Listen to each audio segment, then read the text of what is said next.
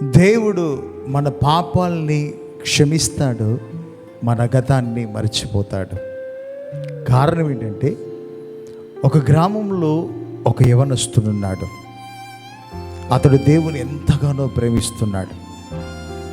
అనుకోకుండా ఒక పెద్ద తప్పు చేశాడు.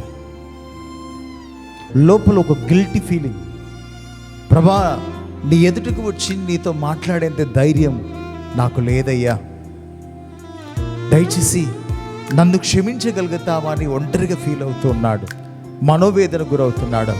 చివరికి గదిలోకి ఒంటరిగా వెళ్ళి ఏడుస్తున్నాడు, భయంకరంగా ఏడుస్తున్నాడు. ప్రభా తెలియకుండా నేను తప్పు చేశాను, ఇంతవరకు నువ్వు నన్ను ప్రేమించావు, నా జీవితంలో ఎన్నో అద్భుతాలు చేశావు, ఇక నేను ఇప్పుడు తప్పు చేశాను కాబట్టి నువ్వు నాకు దూరం అయిపోయావా, ఒకవేళ నువ్వు నన్ను విడిచిపెడతావా, అనేక డౌట్స్, అనేక ఆలోచన మెదులుతూ ఏడుస్తూ ఏడుస్తూ ఏడుస్తూ పడుకున్నాడు. తనకు కల వచ్చింది.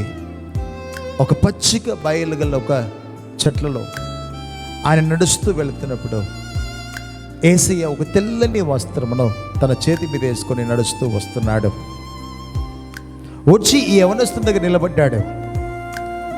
ఈ యవనస్తుని దగ్గరికి వచ్చి, నానా ఏమైంది, డల్లుగున్నావు, ప్రభా నన్ను క్షమించు ప్రభా, ప్రభా నన్ను క్షమించు ప్రభా, నేను తెలియకుండానే పొరపాటు చేశాను, నేను తెలియకుండానే పాపము చేశాను, నన్ను క్షమించు ప్రభా అని చెప్పేసి దేవుని పాదాలు పట్టుకొని భయంకరంగా ఏడుస్తున్నాడు. అప్పుడు ప్రభు దగ్గర తీసుకొని, సరే నువ్వేం పాపం చేశావు ప్రభా, నేను అబద్ధం ఆడాను ప్రభా, నేను కోపంతో ఇతరులను దూషించాను ప్రభా, నువ్వు ఏదైతే చేయొద్దన్నావో ప్రతిదీ నేను చేశాను చెప్పేసి ఆయన ఏదైతే చేశాడో వాటన్నిటిని ఒప్పుకుంటున్నప్పుడు యేసయ్య చేతి మీద ఉన్న ఆ తెల్లని వస్త్రం ఇంకా ప్రకాశమానంగా మారిపోతుంది.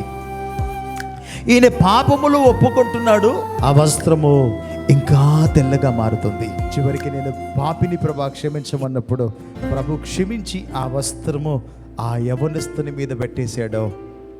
పెట్టగానే ప్రభు అతనితో చెప్పాడు, నేను నిన్ను క్షమించాను, నీ గతాన్ని నేను మరిచిపోయాను, తిరిగి వెళ్ళి పరిశుద్ధముగా బ్రతుకు. చూడండి, పరిశుద్ధ గ్రంథములో నుండి ఆ మాట మీకు చూపించాలని ఆశపడుతున్నాను. యెషయా గ్రంథం 43:25 మనం ఒకసారి చదువుదాం. నేను నేనే నా చిత్తానుసారముగా నీ అతిక్రమములను తుడిచివేయుచున్నాను, నేను నీ పాపములను జ్ఞాపకము చేసుకొనను అంటున్నాడు ఇక్కడ. ఒకవేళ నువ్వు పాపివని ఒప్పుకుంటే నీ పాపములు క్షమించి వాటిని మరిచిపోయే దేవుడు నా దేవుడు.